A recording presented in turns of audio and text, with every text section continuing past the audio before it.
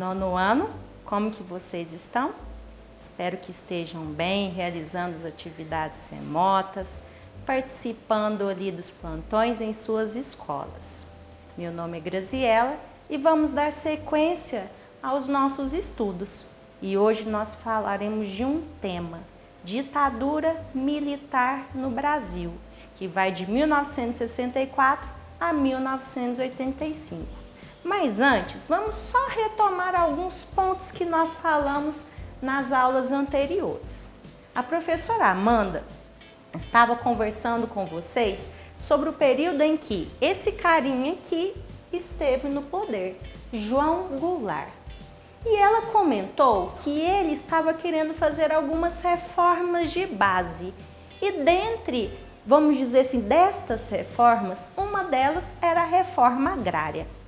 Pois bem, lembrem vocês, fazer uma reforma agrária vai contra os interesses daquela minoria que detinha a terra no país naquela época, não se esqueçam disso. Por conta dessas ideias que ele vai tendo, alguns grupos já começam a articular ações contra o governo de João Goulart. Muitos começam a dizer que ele era comunista, que ele não deveria ficar no governo do Brasil. Pois bem, nós vamos ter então no ano de 1964, em março especificamente, algumas pessoas, aliás, várias pessoas vão se unir numa passeata, Marcha da Família com Deus pela Liberdade. Ou seja, alguns grupos que eram contrários ao governo de João Goulart, eram contrários às suas ideias, articulam esse movimento, colocam o povo nas ruas e imaginem vocês, eu estou colocando uma ideia ali com essas pessoas, eu estou colocando a família, eu estou colocando a questão de Deus. Quer queira ou quer não, isso mexe lá no fundo de muitas pessoas, porque mexer com a minha família não dá. Ir contra aquilo que Deus, gostaria ou que a religião prega, também não dá. Então isso fez com que esse movimento acontecesse e mesmo ali tentando resistir, João Goulart ele não consegue. E nesse mesmo processo, nesse mesmo momento, nós vamos ter ali, começando em Minas Gerais, articulação de tropas militares que assumem então, vão até o Rio de Janeiro para que assim eles tomassem o poder. Mas prestem atenção que é importante vocês entenderem esse contexto mundial. Na época, nós estávamos vivendo a Guerra Fria. Nós não falamos ainda, mas o que foi a Guerra Fria? Foi uma disputa entre dois blocos, duas ideologias, de um lado capitalismo, de outro socialismo. Capitalismo ali liderado pelos Estados Unidos e o socialismo liderado pela União Soviética, que nós já falamos e já estudamos. Pois bem, nessa época aqui, nesse contexto, e principalmente por conta de uma revolução que já tinha acontecido aqui na América, lá em Cuba, isso vai deixar os Estados Unidos bem apreensivos. Porque imaginem vocês, o comunismo avançando aqui em toda a América, para os países capitalistas e principalmente para os Estados Unidos, isso não ia ser bacana. Qual que vai ser o resultado? Ele vai apoiar então esse movimento militar e consequentemente nós vamos ter no ano de 1964 os militares assumindo o poder. Tem gente que hoje em dia tenta mascarar o que foi a ditadura. Vamos dizer assim que hoje existem movimentos negacionistas, como tentar passar uma borracha ou amenizar as causas da ditadura militar. Só que não é bem assim, porque se a gente tenta negar aquilo que aconteceu no nosso país ou no mundo, a gente está o quê? Impedindo novas mudanças, novas ideias, novas percepções, principalmente relacionado ao ser humano, à liberdade e ao respeito. Pois bem, Nós vamos ter então um período longo, como vocês podem observar aqui na linha do tempo, em que esses militares vão governar. Logicamente, depois que João Goulart deixa o governo, nós vamos ter um carinho ali, um pequeno período até que algumas eleições aconteçam e nós vamos ter então primeiro militar assumindo o governo do país. Mas antes disso, é importante que vocês entendam que nesse processo nós vamos ter a criação de vários AIs. O que seria isso, professora? Atos institucionais, ou seja, decretos que vão ser criados ali com o objetivo principal de, vamos dizer assim, manter o controle, o poder nas mãos dessa minoria, ou seja, militares. Mas não esqueçam de uma coisa, pessoal, quando eu falo que os militares assumiram o poder, não significa que todos ali eram favoráveis a estas ações.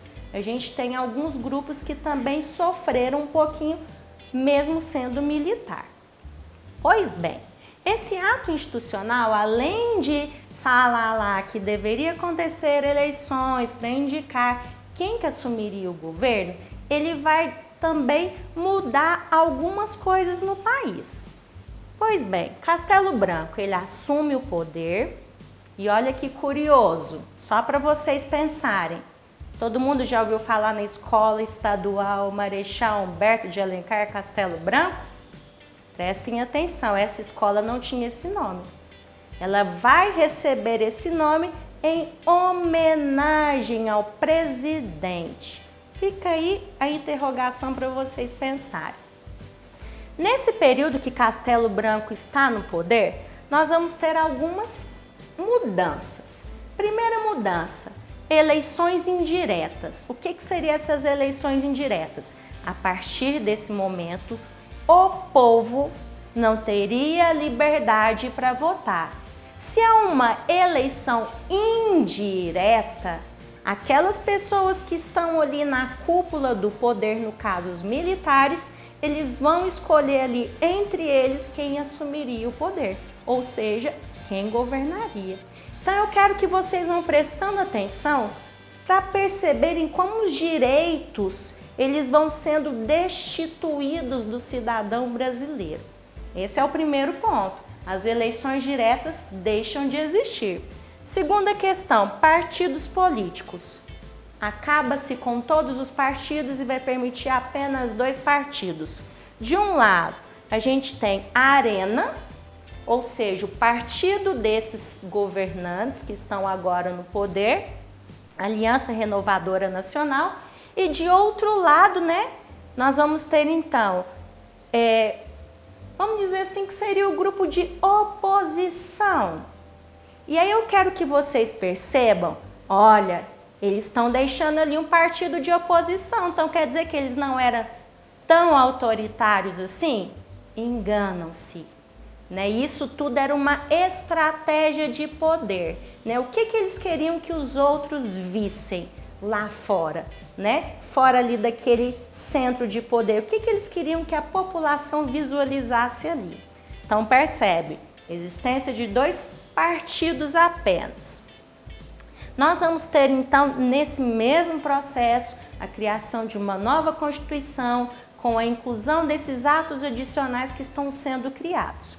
E o principal, vem aqui comigo, censura nos meios de comunicação, ou seja, a partir de agora, tudo que sair nos meios de comunicação, e eu estou falando todos os meios de comunicação, pessoal, televisão, rádio, jornal, livro, discos, LPs, eu até trouxe um aqui para vocês verem, de um carinha que sofreu, nesse processo aí. Então, tudo que fosse para os meios de comunicação era censurado, ou seja, só podia falar aquilo que o governo quisesse que o povo ouvisse, ou seja, ia falar coisas ruins, coisas negativas. Então, perceberam, pessoal? os meios de comunicação estão sendo censurados, sai aquilo que o governo quer que as pessoas escutem. E aí nós também vamos ter o outro lado, né? Nesses meios de comunicação, principalmente jornal, rádio, televisão, vai ser colocado coisas para engrandecer o país, para falar que está tudo bacana, tudo tranquilo, o país está bem. Mas não era bem assim, porque os meios de comunicações estavam sendo censurados. E aí, se a gente ver todo esse processo aqui, né, o que vai acontecer também no período de Castelo Branco? Assim que ele entra, ele vai caçar. E quando eu falo que ele vai caçar, ele vai tirar os direitos políticos, por exemplo, João Goulart, Juscelino Kubitschek, pessoas não vão ter mais esse direito de participar da vida política. Então eles caçam os direitos, eles perseguem, eles fazem o que eles bem entendem, justamente para ter o controle ali do país em suas mãos. E uma coisa importante do governo dele é que vai ser criado a SNI, Serviço Nacional de Informação. Era um departamento muito importante que estava atento a tudo que estava acontecendo ali naquele processo. Então nós vamos ter Castelo Branco por alguns anos no governo e logo em seguida, dando sequência à ditadura militar, Costa e Silva. E aí eu coloquei aqui só para a gente pensar, linha dura, né? Porque foi um período onde que houve mais perseguições, houve resistência também, a gente não pode esquecer isso, na próxima aula a gente vai falar das resistências, mas foi um período assim mais duro, né? Porque eles vão criar o ato institucional número 5, né? Então, além de perseguir, torturar, prender, expulsar para fora do país, né? As pessoas não vão poder entrar mais no país naquele processo ali. Então a gente vai ter, vamos dizer assim, um período muito difícil, né? Pessoas morrendo, sendo perseguidas, outras pessoas tendo que viver na clandestinidade para tentar fugir, né? Dessas artimanhas impostas pela ditadura militar. Se vocês observarem aqui, ele ficou 2 anos, mais ou menos, no governo, porque ele vai ter um derrame e aí ele vai ter que ser substituído, né? E aí nós vamos ter Emílio Médici assumindo o governo. Durante o governo desse presidente, pessoal, é interessante a gente pensar que na época o Brasil estava em festa, né? Porque ele tinha ganhado ali o troféu na Copa do Mundo, era tricampeão, né? Imagens do Pelé junto com o Médici ali levantando a taça, né? Então essa questão dos esportes, da Copa do Mundo, ela vai ser muito utilizada durante o seu governo para falar o seguinte: tá tudo bem. O povo fica aí falando, revoltando, mas está tudo bem no país, olha aí. A gente está em festa, a gente está unidos ali no mesmo ideal. Então essa ideia de ufanismo, né, de nacionalismo, vai ser colocado em prática nos meios de comunicação, como se todas aquelas ações ruins, negativas não estivessem existindo, né? Então era uma estratégia desses governantes. Mas é importante também a gente ressaltar que no governo de Médici nós vamos ter o chamado milagre econômico. Vamos pensar, milagre é uma coisa boa, né? Economia, grana. O que a gente pode pensar? A ideia dele era o seguinte: vamos fazer o bolo crescer. Ou seja, vamos fazer a economia crescer. Depois que a economia crescer, o que a gente vai fazer? Repartir com todo mundo. A ideia era essa, né? Logicamente ele vai investir em várias questões, né? Porém, o que vai acontecer? Vai haver esse crescimento econômico e aí, consequentemente, em decorrência disso e das outras questões, porque os salários dos trabalhadores vão ficar ali congelados, muita gente vai ficar desempregada. Entretanto, uma minoria, né, ela vai se beneficiar com esse milagre econômico.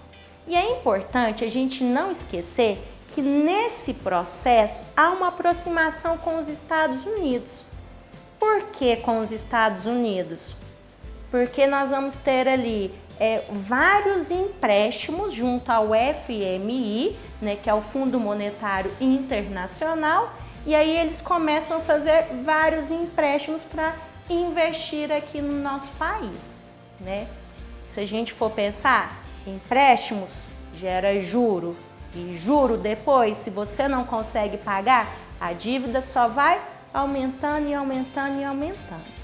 Então, percebam, pessoal, eles divulgavam que o país estava crescendo, realmente a economia cresceu, a gente não pode negar. Entretanto, né, não podemos esquecer as outras questões negativas, né, a questão do desemprego, da pobreza, fome que estava acontecendo.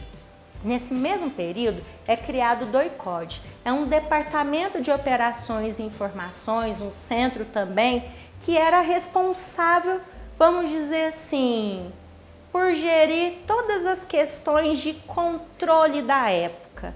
Então, o DOI-CODE, ele passa a ser um centro de tortura, né? Onde as pessoas chegavam lá, e aí eu vou falar uma coisa para vocês. Você poderia até falar o seguinte: eu não sou isso. Mas para você provar que você não era isso, você ia apanhar muito. Você ia ser torturado muito. E às vezes ainda eles não iam aceitar aquilo que você estava falando. Então nós temos alguns representantes que atuaram aqui nesse processo de tortura, de perseguição, de prisões, né? Existe até um carinha que morreu tem pouco tempo, né? O general Ustra, que ele é idolatrado por várias pessoas. Só que não fala que ele estava aqui. Ele estava aqui torturando, ele estava mandando fazer aquelas ações ruins e negativas contra a população brasileira. Se vocês perceberem, desde o momento que os militares assumem o poder, a gente tem esse processo de perseguição aos opositores. E quando eu falo aos opositores, não era só quem era comunista, né? Quem agisse ali, tivesse uma ideia contrária, ela vai ser o quê? Sofrer as consequências, ela vai ser perseguida. E aqui nós temos, dando sequência, né, a esses militares, Geisel assumindo o poder. O que que ele fala? Que ele assume o governo defendendo essa ideia. Eu vou fazer uma abertura lenta e gradual, ou seja, aos poucos a gente vai voltando à democracia, mas não pode ser de uma vez não, pessoal. Tem que ser com tranquilidade, com calma. Nossa, eu tenho umas pessoas ali, alguns militares que é mais de linha dura, eu não aprovo isso, né? Então ele veio com todo um discurso, ele tira aquele, né? Ele acaba com o AI-5, que é aquele que vai perseguir, torturar, exilar as pessoas. Ele tenta minimizar as questões da censura. Todavia, né, com os estudos mais recentes, agora mesmo eu vou falar um pouquinho mais sobre isso, descobriu que o cara não era tão bacana assim não. Mesmo ele falando que ele queria ali voltar à democracia, que ele não era a favor de violência e nem de agressão, e que se isso acontecesse não era do seu conhecimento, né? O que foi descoberto? Que ele era um dos integrantes que estavam ali à frente, junto com o João Figueiredo na época, que fazia parte do Serviço Nacional de Informação. Então, existe uma série de documentos, né, que comprovam essa atuação de Geisel. E é importante também que vocês entendam, pessoal, eu coloquei isso daqui, Operação Condor, porque quando a gente fala de ditadura militar, vocês têm que entender que a ditadura não aconteceu só no Brasil, ela vai acontecer em vários países da América. Aconteceu em Cuba, na Argentina, no Chile, Paraguai, Argentina, em vários lugares. E o resultado é que esses países, eles se unem nessa Operação Condor, ou seja, para tentar elaborar estratégias de como eles iam, de certa forma, manter o controle, como que eles iam perseguir essas pessoas, quais que seriam as medidas deles. E é importante ainda destacar que mais de 200 militares brasileiros, eles foram para o Panamá, na Escola das Américas, né, sediado ali pelos Estados Unidos, para aprender a questão mesmo das torturas, de como que deveria agir nesse processo que estava sendo vivenciado aqui no país. Pois bem, nós temos então Ernesto Geisel defendendo essa abertura lenta e gradual, mas a gente sabe que não foi bem assim. E por fim nós vamos ter João Figueiredo. E João Figueiredo, ele vai tomar algumas medidas ali no seu governo. Uma delas vai ser a lei da anistia. O que seria essa lei da anistia, né? Pessoas que foram, por exemplo, exiladas para fora do país, pessoas que têm seus direitos cassados, a partir dessa lei da anistia, eles seriam perdoados. Mas depois a gente volta aí para a gente conversar. Vai haver também uma reforma política, ou seja, lembra que eu falei que existia só 2 partidos políticos, Arena e MDB? Pois bem, a partir de agora, outros partidos políticos vão surgir, como por exemplo o PSDB, que vai representar a Arena, nós vamos ter o PTB, PT e outros partidos que vão surgir ao longo desse processo. Aqui eu tentei sintetizar um pouquinho sobre esse período da ditadura militar, porque nós vamos ainda voltar nesse assunto. Mas o que é importante vocês entenderem? Que foram anos de dor, anos de desespero, principalmente para aquelas pessoas que foram perseguidas, pessoas que foram mortas, né? Pessoas que tinham que viver na clandestinidade, famílias chorando ali, né, a perda dos seus entes queridos. Então, quando a gente fala de ditadura militar, né, e eu na minha concepção, ditadura militar é uma coisa ainda que abranda esse processo, porque na verdade foi um período terrível, né? Foi um período do terror militar, né? E aí o que acontece? Nesse processo nós vamos ter a violação dos direitos humanos. E quando eu falo violação dos direitos humanos, as pessoas ali e essas pessoas que estão sofrendo com a ditadura militar, elas não vão ter respeito nenhum, né? Elas não vão ter liberdade nenhuma. Não só a questão da liberdade lá, igual a gente viu da censura, que não poderia falar o que eles bem entendessem, mas a privacidade, que muitas das vezes as pessoas recebiam uma carta, quando eles iam ler, por exemplo, estava censurada. E isso foi algo que aconteceu lá desde a época de Getúlio Vargas, com a ditadura militar. Então as pessoas não tinham privacidade, as casas, as moradias eram invadidas. Os professores que davam aula, por exemplo, em faculdades, principalmente nas universidades, tinha gente apaisando, vigiando, a mando dos militares. Se o professor falasse alguma coisa ali que desse a entender que estava falando de comunismo, criticando o governo militar, eles iam sofrer as consequências. E não foi uma, duas, três, foram várias pessoas. Então, o que acontece? Essas pessoas que viveram ali, elas tiveram esse direito, principalmente o direito da privacidade do corpo. Havia violência sexual. Muitos entrevistados lá que sobreviveram à época da ditadura, eles não, vamos dizer assim, não aceitam dizer que eles foram violentados sexualmente, porque naquela época acreditava que violência sexual era apenas o quê? Vamos pensar ali, um estupro, né? Mas não era isso, né? Você tinha que se despir. Já começava por aí uma violência sexual. Eles pegavam, por exemplo, fio, colocava lá, gente, não tô brincando não, Vocês podem até falar, professora, se é para chocar? É para vocês perceberem, né? Eles pegavam fio, ligavam, colocavam nos mamilos das mulheres, colocava às vezes a pessoa na cadeira ali, sentadinha, cheia de fios, dando choque no corpo. Tinha o pau de arara, que a pessoa ficava nu, amarravam ele ali, né? E muitas das vezes colocavam, por exemplo, pedaços de madeira, de metal nos órgãos sexuais das mulheres, nos ânus, né? Tanto homem quanto mulher sofreram muita violência sexual, de inúmeras formas, de até pegar, por exemplo, um réptil, um jacaré, e colocar em cima para aterrorizar mesmo. Então, todas essas questões, né, da tapa lá de uma vez nos 2 ouvidos, a palmatória lá na mão da pessoa, né, colocar a pessoa dentro do balde de água, eletrocutar ali a pessoa. Então, foram crimes horrendos. Ou seja, eles agiram realmente contra o ser humano. Havia uma violência ali dos direitos, né, dos direitos humanos. Para piorar, além dessa violência física, existia ainda violência psicológica.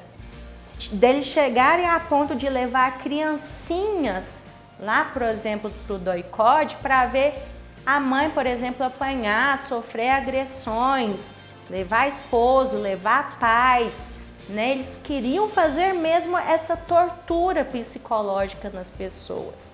Então foi realmente um tempo terrível. E hoje, depois de muito tempo, alguns anos atrás, e isso eu estou falando no ano de 2011, foi criada a CNS, né, que tinha a função, vamos dizer assim, era um conselho nacional que queria, vamos dizer, esclarecer todo esse período da ditadura militar. Então eles ficaram alguns anos recolhendo provas e analisando todos os detalhes. Eles queriam ali criar uma memória que fosse justa. Porque imaginem vocês, uma mãe perder o seu filho, né? Não saber aonde está o seu filho, não encontrar o seu corpo, porque era muito comum, né, eles matarem ali algumas pessoas, enterrarem de forma clandestina e, consequentemente, aquela mãe, ela não tinha ali nos seus braços o corpo do filho para velar. Imaginem vocês a dor, a tortura que muitas famílias sofreram ao longo desse processo, mesmo depois com o fim da ditadura. Então, muitos casos, né, vamos dizer assim, a família recebeu, o seu filho não suicidou não, né? Porque eles falaram lá que seu filho suicidou, ele pegou uma corda e suicidou, não foi bem assim não, né? Ele foi morto, né? Então isso, de certa forma, né, saber onde está o corpo, saber que ele está morto de fato, é um alívio. Isso vai trazer os seus entes queridos de volta? Não. Mas é importante que a gente entenda que hoje, né, naquele momento ali em 2011, buscou fazer uma memória coletiva de todas as ações, de todas as atrocidades e todos os sofrimentos vivenciados naquela época. Então eu quero que vocês pensem, né, nessa questão da violação dos direitos humanos. E se vocês concordam, realmente, isso foi apenas uma tortura? Uma simples tortura? Outra questão, será que essas pessoas que realmente foram torturadas, mortas, exiladas, sofreram uma série de abusos físicos, psicológicos, elas estavam erradas, por isso que mereciam tais torturas? Não. Nós estamos falando da violação dos direitos humanos. E principalmente nesse momento que a gente tem outras concepções, outros olhares, a gente não pode negar que a ditadura aconteceu e que ela trouxe sequelas indescritíveis. Falar sobre a ditadura, falar dessas atrocidades é uma forma de se pensar melhor para o futuro, de pensar melhor na valorização do ser humano. Até a próxima!